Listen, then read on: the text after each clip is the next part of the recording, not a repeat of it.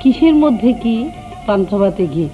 আমি ঘরোয়া অনুষ্ঠান করতে এসে কিন্তু খাবার কথাই বারবার বলছি, রান্না ছাড়াও ঘরোয়া অনেক তথ্যবহুল আলোচনা করে থাকি, যার আলোচনা সমালোচনা আসা দরকার। কিন্তু ভাই, আলোচনা সমালোচনা ক্রোধের সাথে নয়, যুক্তিভিত্তিক আলোচনা সমালোচনাই হবে শ্রুতিবদ্ধ। আচ্ছা, যা বলছিলাম, অন্যান্য বারের মতো এবারও ঘরোয়ায় রয়েছে আলাপচারিতা, রান্নাবান্না, সেলাই ফোড়াই এবং আমাদের স্পেশাল টিপস।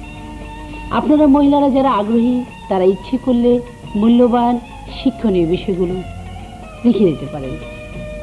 আমাদের আজকের প্রথম পর্ব হচ্ছে সেলাই ফোড়াই। সেলাই ফোড়াই আছে বুননের কাজ। বুনন বলতে সাধারণত আমরা উলের কাজ বুঝে থাকি, বাঁশবেতের কাজ বুঝে থাকি এবং কুশির কাজ বুঝে থাকি। আমাদের আজকের পর্বতে আছে কুশির কাজ। চলুন এক নজরে দেখা যায়। আমরা দেখতে পাচ্ছি কুশির সুন্দর অনেকগুলো কাজ। এখানে আছে টেবিল ম্যাট, পিলু কভার, সাদা সুন্দর একটা ফ্রক আমরা দেখতে পাচ্ছি, যেটা গরমের দিনে ছোট শিশুরা খুব আরাম করে পরতে পারবে। লাল ফ্রকটি আরও চমৎকার, 6 মাসের বাচ্চার জন্য এটি খুবই সুন্দর। আরেকটি কামিজ দেখতে পাচ্ছেন, ওটা ওড়না কামিজটা, সাথে সালোয়ার ম্যাচিং করে পরা যেতে পারে। কামিজের মধ্যে খুব সুন্দর করে গলার মধ্যে কুশির দারুণ একটা কাজ, দেখে মনে হচ্ছে একটা জড়োয়া সেট পরা হয়েছে। ওড়নাতে আছে কাটওয়ার, এটিও কুশি দিয়ে খুব সুন্দর করে করা হয়েছে। চলুন আমরা যে কাজটি করেছে তার সাথে পরিচিত হই। আচ্ছা নাগমা আপা, আপনি তো খুব চমৎকার কাজ করেছেন, খুবই সুন্দর। তো কতদিন যাবত আপনি মানে এইসব কাজগুলো শিখছেন, করছেন? থেকে এই কাজগুলি শিখে আসছি। আচ্ছা, আপনি মানে 8-9 থেকেই করছেন? আচ্ছা, এইগুলো কার কাছ থেকে শিখেছেন আপনি? আমি আমার আম্মার, ছোটবেলা থেকে আমার খুব আগ্রহ ছিল কাজটা। আচ্ছা, তো আমার আম্মা থেকে এই কাজটা। অর্থাৎ ছোটবেলায় আপনার মায়ের কাছে একটু একটু করে শিখতে শিখতে এখন আপনি পারদর্শী হয়ে গেছেন। আচ্ছা, এই কাজ কি আপনি শখে করে থাকেন, নাকি মানে এই কাজগুলো করে কিছু আর্ন করেন, অর্থাৎ বিজনেস বা কিছু করেন? প্রথমে হয়তো শখ ছিল। আচ্ছা আচ্ছা হ্যাঁ, আচ্ছা, প্রথমে শখ ছিল ওনার, এখন কিন্তু প্রয়োজনের খাতিরে ওনাকে এই কাজটিকে পেশা হিসেবে নিতে হয়েছে। সুন্দর। আসলে আপনি এটা জানেন বলে কিন্তু আজকে আপনার প্রয়োজন হচ্ছে দেখে টাকার কাজটা আপনার। আচ্ছা, এই কাজটা আপনি করে মাসিক কত টাকা ইনকাম করেন? 1 থেকে 2,000-এর মতো ইনকাম করতে পারেন। বাহ, বেশ সুন্দর। উনি 1 থেকে 2,000 টাকা ইনকাম করতে পারছে, অর্থাৎ আপনি নিজের সলভেন্সি পূরণ করে আবার কিছু বাড়তি কাউকে হেল্পও করতে পারছেন। এটাও করা যায়, যেটা আমাদের আসলে বোঝা উচিত। আমরা কখনো কিন্তু আমাদের মানে বিশেষ করে যারা 60-70 ইয়ার্স ওল্ডে আছে, বসে থাকে, একটু বিরক্তি ফিল করে, ওনারা যদি এই কাজটা, যারা পুরানো মা বাবারা, দাদিদের মধ্যে যারা দেখি আমরা বসে থাকি, ওনারা কিন্তু এই কাজটা করতে পারে, খুব সুন্দর করে করতে পারে। নাগবাপা, এটা কিন্তু আরেকটা অসুবিধা দেখছি আমি, জানি না আপনি এটার উপর কি বলবেন। সেটা হচ্ছে এই কাজগুলো কিন্তু করতে করতে, বিশেষ করে সাদা সুতা তো ময়লা হয়ে যাবে না যেখানে সেখানে, তাহলে এই কাপড়টা কি হবে বলেন? না, এগুলি ওয়াশ করা যায়। আচ্ছা, ওয়াশ করে ইস্ত্রি প্রয়োজন হয় না। আচ্ছা, এটা বোধ হচ্ছে আরো সুবিধা, যেটা মানে খুব সহজে ওয়াশ করে মানে ধুতে পারবো আমরা, আর ইস্ত্রিও লাগবে না। তাহলে এটা তো কিন্তু সামনে আসন্ন মানে শীতের পরে তো আমাদের এখানে গরম পড়তে শুরু করে, তাই না? তো যেসব মহিলারা ধরেন এই সময় বসে আছেন, তাই না, তারা মানে খুব সহজে মানে যারা বাজারজাত করেন, এখন থেকে উচিত এই কাজগুলো করা শুরু করা। আর যারা শখে করবেন, গরমে পড়বে, তাদের জন্য শীতের দিনে করে রাখলে গরমে পড়তে পারবে। আচ্ছা, তো আপনি কি মনে করেন আমাদের মানে যারা মহিলারা বাসায় বসে আছে সবাই এই কাজটা যারা দরকার আছে? অবশ্যই। আচ্ছা, দরকার, সময়ও কাটবে, ভালো সময় কাটবে, বসে করা যায়। আচ্ছা, শুনলেন তো মহিলারা, আসলে মন ছোট করার কোনো কারণ নেই। বাইরে চাকরি করলে, কাজ করলে কিন্তু কর্মজীবী বলা যায় না পুরোপুরি। সংসার সবাইকেই করতে হয়, সেই সাথে সবার মধ্যে কিন্তু কিছু না কিছু আর্ন করার ইচ্ছা শক্তি সব পরিবারের সব মহিলাদের থাকা দরকার। এই যা মোবাইল অফ, সাথে কি দেরি হচ্ছে নাকি ট্রাফিক জ্যামে পড়লো? বাচ্চার কি কোনো অসুখ হবে? হয়তো মেয়ে যখন হয়েছি সবাইকে তো চেষ্টা করতে হবে, তাই না? আমি না হয় আজকে রান্নাতে চেষ্টা করি। কথা ছিল আজকের রান্নার আইটেম হচ্ছে ব্রাউনি, অর্থাৎ নতুন গুড় বাজারে এসছে। শীতকালে সবাই আমরা গুড় পেয়ে থাকি। আজকে বিশেষ করে পাটালি গুড় দিয়েই ব্রাউনিসটা তৈরি করা হবে। আমি তাহলে শুরু করি। আচ্ছা, আমি প্রথমে আপনাদেরকে ব্রাউনিস তৈরি করতে যেসব ইনগ্রেডিয়েন্টসগুলো লাগবে সেগুলো বলছি। ব্রাউনিস উপকরণ হচ্ছে 3 ভাগের 2 কাপ ময়দা, আধা কাপ গলানো মাখন, আধা চা চামচ লবণ, আধা কাপ সমপরিমাণ মিশ্রিত পেস্তা বাদাম, কিশমিশ, চেরি ফল, কাজু বাদাম কুচি, আধা কাপ চকলেট কর্নফ্লেক্স বা চকলেট চিপস, 2 টেবিল চামচ কোকো পাউডার, 1 কাপ পাটালি গুড়, 1 চা চামচ ভ্যানিলা, 2টি ডিম। ওভেনে যদি বেক করতে হয় তাহলে তাপমাত্রা হবে 170 ডিগ্রি সেলসিয়াস তাপমাত্রায় 30 মিনিট বেক করতে হবে। এটি ইচ্ছে করলে নর্মাল চুলাতে করা যায়। তাহলে আমরা শুরু করি কিভাবে এটি তৈরি করতে হয়। 3 ভাগের 1 কাপ, অর্থাৎ আমাকে 3 ভাগের 2 কাপ নিতে হবে ময়দা। প্রথমে আমি ময়দাটা নিয়ে রাখি।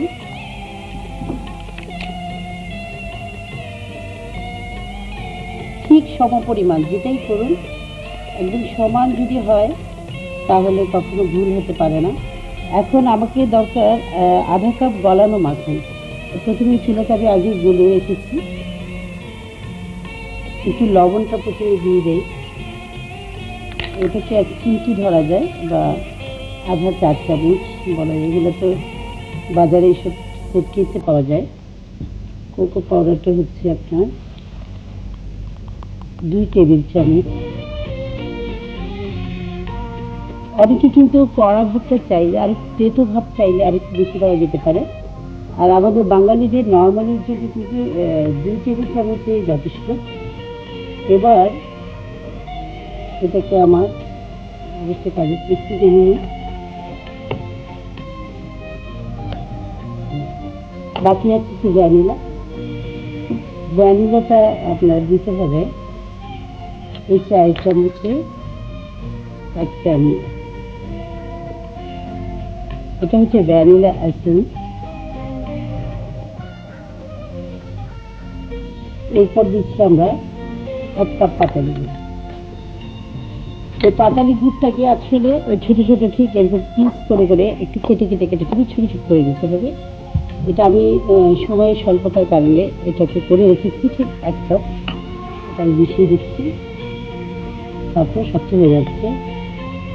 গুঁড়ি করার আগ মুহূর্তে করলে ভালো, তাহলে পানিটা বের হয়ে যাবে না। ঠিক এইভাবে একটু করে নিয়ে রেখে ঠিক করে নিলাম। এবার 2টি ডিম। সাধারণত আমরা পাই, কেক এগুলো বানাবার সময় যে এগটা ব্যবহার হয়, আপনারা জানেন অনেকে সাদা অংশটা আলাদা করে নেয়, হলুদ অংশটা আলাদা করে নেয়, কিন্তু এটার ক্ষেত্রে তেমন দরকার পড়ে না, এমনি ভালো হয়ে যায়। তাই আমি একত্রে দিয়ে দিচ্ছি। তবে ডিমটা অ্যাকচুয়ালি এইসব খাবারের জন্য ডিমটা বিটারে ফেটলে খুব বেশি ভালো হয়। আমি বিটারে ফেটে দিচ্ছি।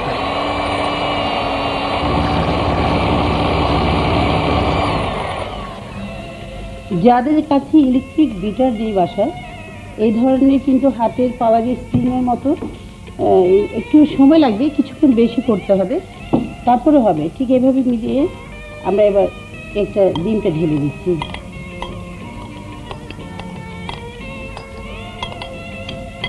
সাধারণত কেক জাতীয় ওভেনে আপনার যেগুলো মিক্স করে একটু টেস্ট করে যদি করতে বলা হয়, বিটারটা ইলেকট্রিক বিটার রাখাটাই সবচেয়ে সুবিধাজনক আর কি। আশা করছি সব গৃহিণীরা এসব আজকাল বাসায় রাখছেন, যারা রান্নার প্রতি মানে যাদের খুব ইন্টারেস্ট আর কি। বেকিং পাউডার একটু আধা চা চামচ থেকে একটু বেশি, এক চামচেই প্রায় 1 চামচ বেকিং পাউডার দিয়ে দিলাম। এবার একটু ভালো করে আবার একটু মেখে নিতে হবে। এইভাবে পেস্তা বাদাম বলা হয়েছে আধা কাপ, এখানে আধা কাপ পরিমাণ আছে। এটাকে আমরা প্রথমে এইভাবে মিক্স করে রাখতে পারেন। আধা কাপের মধ্যে প্রথমে অল্প মিশিয়ে দিব এটার সাথে। এখন বিটারের সাহায্যে আর একটু সফট হওয়ার জন্য বিটার ব্যবহার করতে হবে। অনেকে বলে যে এদের কেক ফুলে না, এটার কারণ হচ্ছে কিন্তু ফেটানোটা খুবই ইম্পর্টেন্ট। যত বেশি ফেটাবেন তত বেশি সুন্দর হবে। যেহেতু ওভেনে ব্যবহার করব, ওভেনের মধ্যে 170 ডিগ্রি সেলসিয়াসে আমরা 30 মিনিট বেক করব। কিন্তু এটা যেহেতু আমাকে ধুয়ে পরিষ্কার করে করতে হয়, তাই নিয়ম হচ্ছে আপনার 3 মিনিট একটু গরম করে নেওয়া। এটাকে 3 মিনিট একটু গরম করে নিচ্ছি। এটা অনেকেই করেন, অনেকে করেন না, কিন্তু করলে ভালো। তাহলে পানি যে একটু করে পানি থাকে, পানিটা থাকার কোনো সম্ভাবনাই থাকে না। 3 মিনিট হয়ে গেছে, একটু হিট হয়ে গেছে। এবার আমি এখানের মধ্যে বাটার অয়েলের বদলে কিন্তু সয়াবিন তেল ইউজ করা যায়, ডালডাও ইউজ করা যায়, তবে বাটার অয়েলটা বেটার। ওটা না থাকলে অসুবিধা নেই, আপনারা সহজেই বাসায় সয়াবিন ইউজ করতে পারেন। ঠিক এইভাবে প্রলেপ দিন। একটু মোটা করে দেওয়াটা মানে সুবিধা হচ্ছে, এটা মোটা করে দেওয়ার কারণটা হচ্ছে আপনার কেকটা আর লেগে থাকবে না।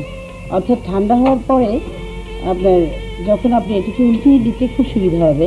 অনেকে আবার কি করে অল্প করে ঘি দিয়ে, এটাও হয় যে বাসায় ঘিও নেই কিছু নেই, একটু ময়দা ছিটিয়েও কিন্তু দেওয়া যেতে পারে।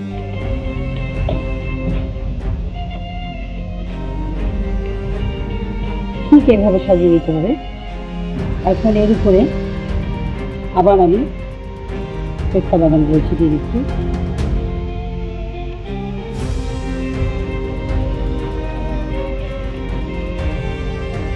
এটা হচ্ছে চকলেট কর্নফ্লেক্স, এটা আমি কর্নফ্লেক্স দিলাম।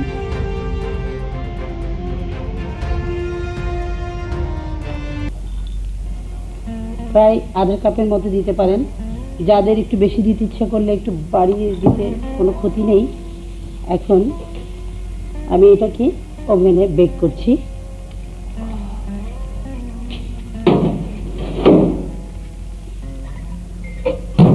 একশো 70 থেকে 80 ডিগ্রি সেলসিয়াস হবে। 20-30 মিনিট আমি বেক করছি।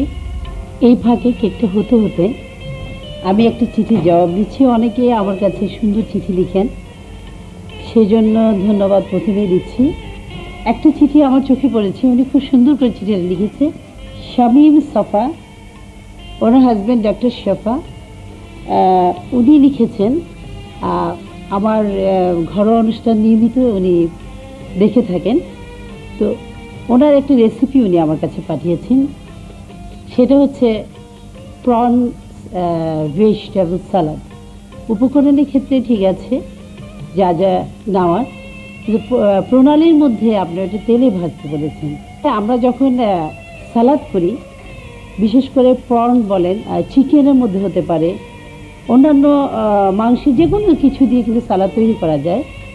তো সালাদের মধ্যে যেটা সবজি দিয়ে করা হয়, যেগুলো কাঁচা খাওয়া যায়, আমরা সাধারণত সালাদ বলতে কিন্তু কাঁচা জিনিসটা মানে মনে করে থাকি সবাই। এর কারণ এখানের মধ্যে সব কিছু ভিটামিনসগুলো থাকে, যার জন্যে কাঁচাটাই সালাদ হিসেবে খাওয়াটা খুবই দরকার। তো কিছু জিনিস চিংড়ি মাছ তো কাঁচা খাওয়া যাবে না, চিকেন বলেন, চিংড়ি বলেন, সব কিছু কিন্তু আমরা বয়েল করে নেব। ফুলকপি, পাতাকপি এইসবগুলো দিয়ে থাকি, ওগুলোকে একটু করে বয়েল করে দিয়ে রেখে অন্যান্য সবজিগুলোকে ছোটো ছোটো করে কেটে, আর সালাতে যে উপকরণগুলো আছে, আপনি ক্যাপসিকামের উপর খুব জোর দিয়েছেন। শীতকালে প্রচুর ক্যাপসিকাম পাওয়া যায় বাজারে, তো ক্যাপসিকাম কুচি কুচি করে কেটে দেওয়া যায়, গাজর কেটে দেওয়া যায়, তারপরে শসা কেটে দেওয়া যায়, সবগুলো মিশিয়ে ওখানে কিন্তু একটু ফ্রুটস মেশানো যায়, তারপরে আপনার কাজু বাদাম টাদাম অনেক কিছু কথা বলেছেন, ওগুলো দেওয়া যায়। আর সরিষা দিয়ে তৈরি একটা সসের মতো তৈরি করে আমরা মিশিয়ে দিতে পারি, কিংবা মেয়োনিজ মিশিয়ে পরিবেশন করতে পারি। আশা করি আপনি আমার এই মতামতের জন্য কিছু মনে করবেন না। আপনাকে অনেক ধন্যবাদ। 30 মিনিট হয়ে গেল, এবার আমি কেকটা বের করে নিচ্ছি। চমৎকার সুঘ্রাণ বেরোচ্ছে, যদিও আপনারা এটা ক্যামেরায় বসে উপলব্ধি করতে পারছেন না, আমি পাচ্ছি। আত্মীয় স্বজন, বন্ধু বান্ধব, পরিবারকে নিয়ে খেতে থাকুন। আমাদের এবারের পর্ব আলাপচারিতা, বিষয় হচ্ছে বর্তমান শিক্ষা ব্যবস্থার হালচাল। এটির উপর বিশেষ সাক্ষাৎ নিচ্ছি আমি। আপনার নামটা যদি আপনি নিজেই পরিচয়টা দেন ভালো হয়। আপা, থ্যাংক ইউ। আমার নাম বিকিসারা বেগম, থানা শিক্ষা অফিসার, পাহাড়তলী।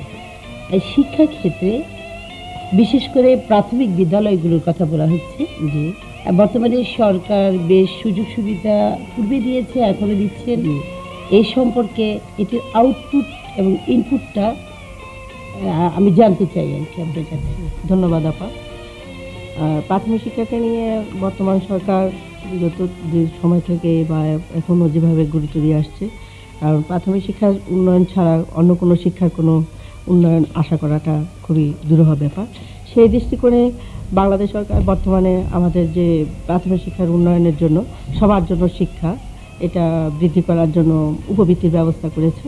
উপবৃত্তির জন্য যে টাকাটা আমরা শুনলাম যে বরাদ্দ করা হচ্ছে, এতে কি আপনার ফলপ্রসূটা আমি জানতে চাই। সকল শিশু স্কুলে আসবে এবং সবাইকে স্কুলমুখী করতে হবে। এদিক থেকে আমরা অনেক সাকসেসফুল হয়েছি। উপবৃত্তি দেওয়ার পরিপ্রেক্ষিতে আমাদের কোয়ান্টিটি বেড়েছে।